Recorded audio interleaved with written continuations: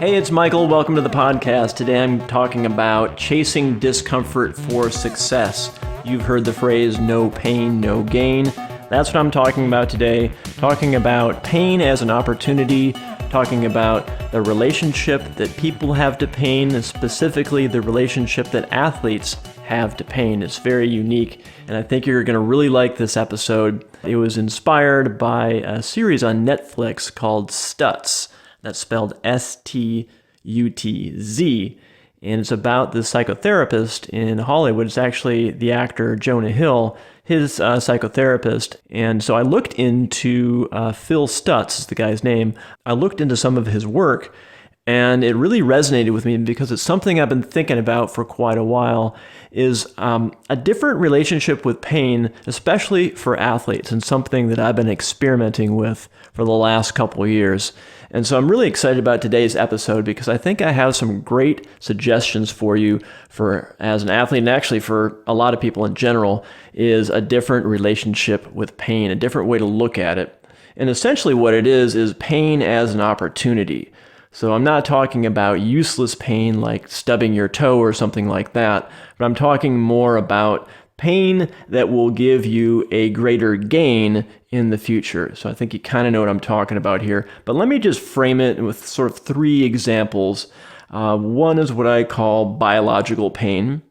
That is like I just said. So like stubbing your toe, things that maybe you're not going to get a lot of gain out of it. So like a biological pain. The other one I want to talk about is social pain. So this could be something where, like, maybe you want to ask somebody out on a date, maybe you want to have a conversation with somebody, and the pain that you're fearing is maybe the pain of rejection or judgment or feeling awkward. It's a type of pain, but it's a good pain in that if you can really embrace it and go through it, you're going to get a greater gain potentially by going through that pain. And then the other one, of course, is what I'm really focusing on today, is athletic pain. So the same kind of thing. Athletes put themselves through pain for a greater gain. That is really the whole game of it, kind of depending on the athleticism of the sport and the pain level in the sport. So I want to suggest, especially for athletes, a new philosophy about pain. And it's more toward moving from the passive to the active. So if you think about in the primal sense, passive is freeze and flight, and active is fight. So that instinctually, when we are faced with pain or adversity or fear or something scary, we go into this primal mode, which is fight, flight, or freeze. That is pretty basic. And this happens on a more subtle way when you are doing your athletic event. And what it means is that if some sort of an adversity pops up in your competition or in your sport, there's a very natural tendency to kind of go into passive mode or freeze or flight mode. Avoidance, right? Getting away from the pain would be flight. Freezing is much more kind of like anxiety and worry and spinning, these kinds of things. That's the passive mode. So today we're going to be going from the passive mode to the active mode, to the fight mode. And I'll tell you how we're going to do this. It's essentially having a different relationship with pain. And what it is thinking about pain as an opportunity. And again, this is the good pain that's, useful. I'm not talking about masochism here. I'm talking about pain that brings you a greater gain, especially in sports. And again, it's very natural for athletes to say, God, I hope it's not too hot out there. I hope it's not too windy. I hope that one competitor doesn't show up. I hope they're having a bad day. Kind of avoidance. Can you see what I'm getting at here? It's more of that passive, like, let me retreat from the danger and the worry, and let me kind of hope it doesn't happen. The problem with that is that in your sport, there's always an unexpected stuff. And if you're hoping that the adversity doesn't show up, if you're hoping it doesn't happen, when it does show up, you're going to be much more on the defense.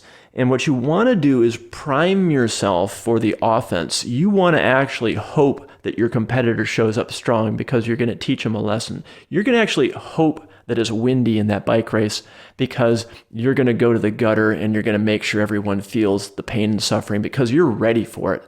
So it's this kind of attack mode, this proactive attack mode.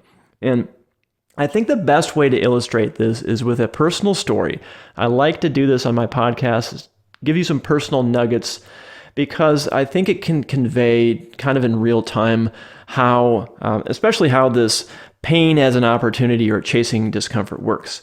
So I live here in Naples, Florida, and there's some really fast bike rides on the weekends here. And so about 6 months ago, I want to share something with you. I was on this ride. It was a Saturday ride, and there's a lot of good riders on these rides, but there's one particular guy. He's probably the strongest guy there, and he's ranked nationally. He's a great racer, and during one of these rides, he broke away, and I decided to chase him. And I was kind of half serious, as like, there's no way I'm going to stay with this guy. But we were going for a while, and all I could really do was hang on this guy's wheel. And if you understand bike racing, if you're behind another rider and you're going fast, upwards of 30 miles an hour, you're actually saving about 30% of your energy. The other person's expending, in other words, 30% more than you are for the same work. So I was stuck right behind his wheel, just kind of catching the draft, and I could barely hang on. And I said to myself, this is ridiculous. I'm way out of my league here, but I'm going to just stay with him for, maybe a couple more miles. And there was a particular landmark ahead. I said, I'm going to quit when we hit that landmark. And I was feeling, honestly, probably the most pain I've felt in a number of years since I was actually, racing maybe more than 20 years ago. And I said to myself, like, I remember this, and this is ridiculous. This hurts so much. So we got to the landmark, and I said, you know what? I'm still hanging on. He's not accelerating. He's keeping a steady pace. I'm in a brutal amount of pain, but let me go to the next landmark. Let me go to the next, crossroad up ahead. We get there, and the same thing happens. I say to myself, well, let me go just a little bit more, and then I'll quit. Then I'll, be able to drink some water and kind of recover and go back to the pack. And, the next landmark, and like one more landmark. And then something kind of really curious happened. I was in all this pain, and I said to myself, like, well, what if I actually started liking this pain? And again, not like in a masochistic way, but more of like, what's going on here? This is really curious. The more I experience this pain, the more I sit with it and kind of accept it, the longer I can go with this guy. Like, this is really interesting. Let me play around with this. And so I said to myself, bring it on. Like, that was the phrase that kind of popped into my head, was bring it on. Like, give me more pain. Like, I hope this guy goes even harder because I want more pain. This is making me better. This is getting me to perform. The more pain I feel, the better I perform. That was my mindset. So it was almost like a switch was flipped, and I went like into this different mode. And once I did that, once I said kind of like, bring it on, give me more pain, I felt the pain in a different way. It wasn't like it stopped hurting, but it didn't bother me as much, and I wasn't as fearful of it. I was kind of integrating it and almost like making it my friend. And it wasn't, again, that I didn't feel the pain, but it was less fearful. It was less primal. It was more of like a sophisticated relationship with the pain, if you will. It's kind of hard to describe, but again, it's more of like flipping a switch, going into, athletes say, I hit my second wind. It's kind of like I hit my third wind. And I got into this zone where I just heard myself breathing. I could feel my heart beating. And I was able to hang with this guy for the rest of the ride. And I really couldn't believe it. I was like, I pushed myself so hard. And, I survived, obviously. But it was really kind of unlocked something. And I started really getting on this journey. Actually, about 2 years ago, I started getting on this journey about kind of the relationship we have to pain and pleasure. And what I started doing about 2 years ago was I started taking cold showers. And the idea there was to get a different relationship with pain. And I'll talk a little bit more about cold showers in a minute. But my point here is that I've been interested in this topic for a while. And then there's this series on Netflix called Stutz. about kind of facing anxiety and going right toward it. And I just love this philosophy.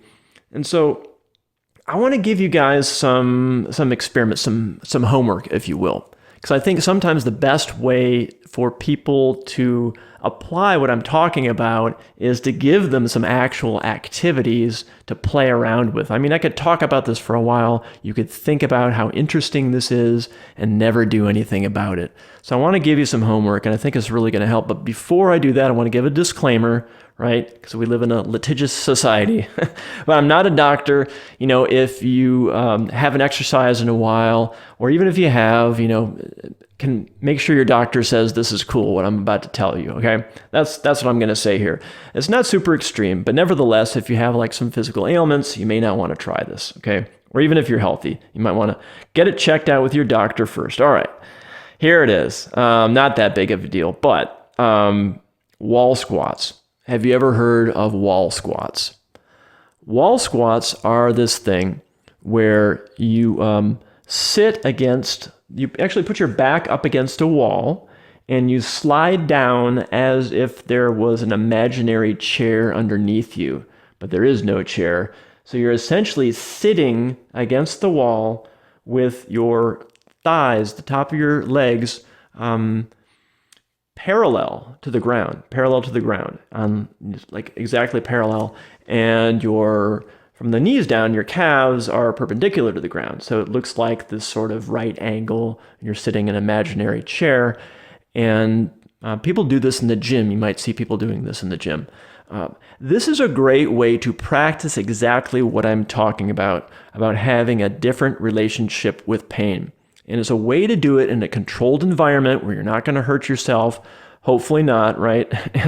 But this is a way to sort of experiment with the pain here. And so I would suggest setting a timer. And most people, you're going to feel the pain kick in around like 20, 30 seconds. And you go, all right, this kind of sucks. And then maybe you get up to close to a minute. You go, this is burning. This is really burning. And notice how I'm describing this, right? It's this kind of defensiveness against the pain. You're clearly not welcoming it. It just sucks. It doesn't feel good. Now, what I'd like you to do is go as long as you can with this wall squat until you feel like tapping out. Maybe you could go longer, but you're like, you know what? This is where I would normally tap out, and mark that time. Now, it might be a minute. It might only be 30 seconds. It might be 4 minutes if you have like super strong legs.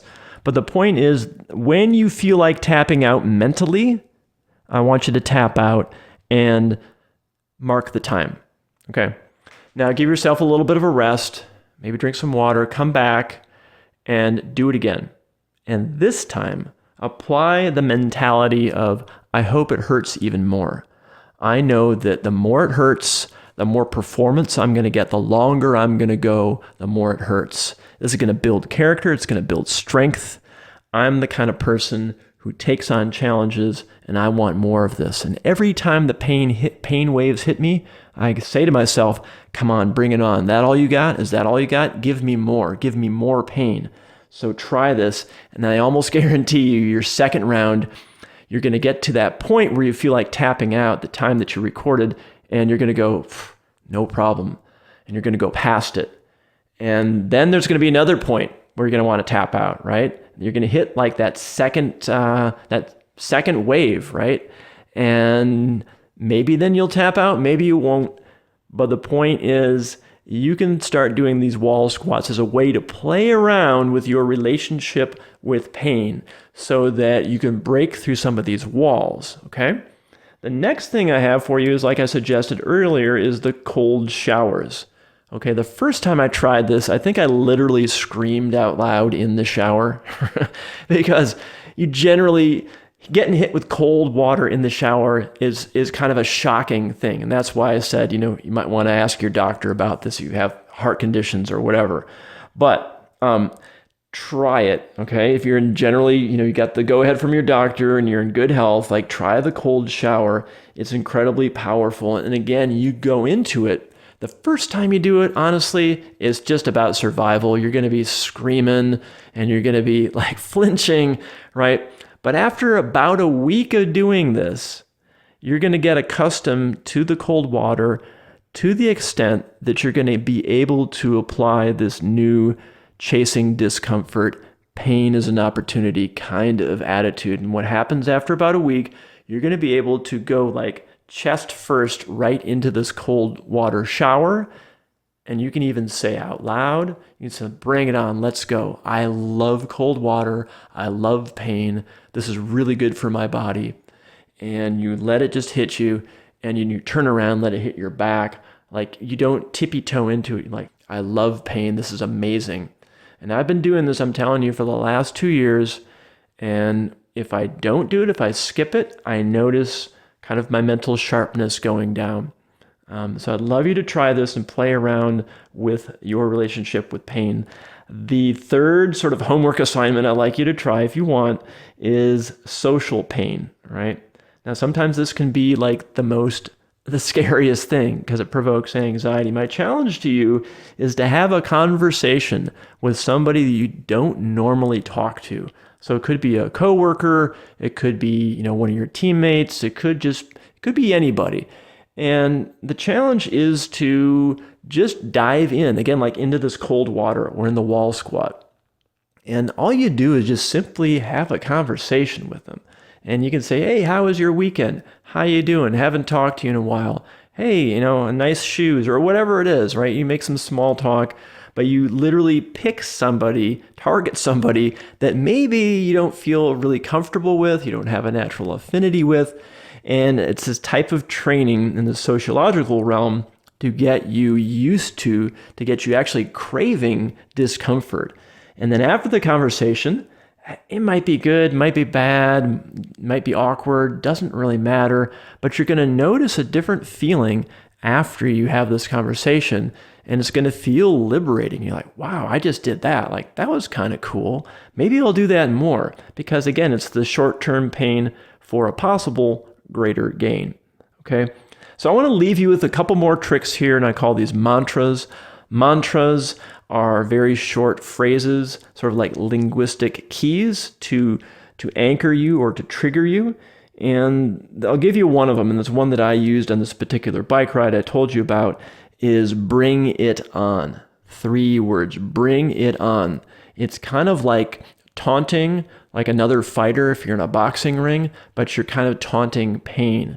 So that in your athletic event, again, depending how much pain is involved in this particular sport, you can use this mantra, which is bring it on, when you're feeling the pain. And what it does is it starts to play this linguistic trick on you. Words are incredibly powerful to your subconscious mind, so that you can say bring it on, and you start using this in your events or in your training. You can then use it in competition, and it will spark and trigger yourself to push through pain and more importantly, to have a different relationship with pain, where you're like, I love this. This is great. Bring it on. And going more from the defense to the offense. You want to be going on the offense. So I'll leave you with that. The mantra, the homework, the wall squats, the cold shower, the conversation. You can try that and think about pain as an opportunity. And this is what I mean is the good pain as an opportunity. You know what the good pain is? It's not pain that just has no purpose, but stuff that will lead to a greater gain in your life. I really hope this episode helps you. It's, again, something I've been checking out for a long time is this whole relationship that humans have with pain, how you can be the master of it, master pain and pleasure, and not have it use you, right? Okay, that's it. Chasing Discomfort for Success. My name is Michael Ceely. This is my sports psychology podcast. You can go to michaelceely.com, check out all my episodes there, all my coaching programs, and I'm hoping this podcast helps you. Share it with friends and family, spread the word. And this stuff, I'm hoping, is helping you and helping society at large. That would be, the ideal dream, right? Is it just helps a lot of people. So thanks for listening. Everyone, please be well.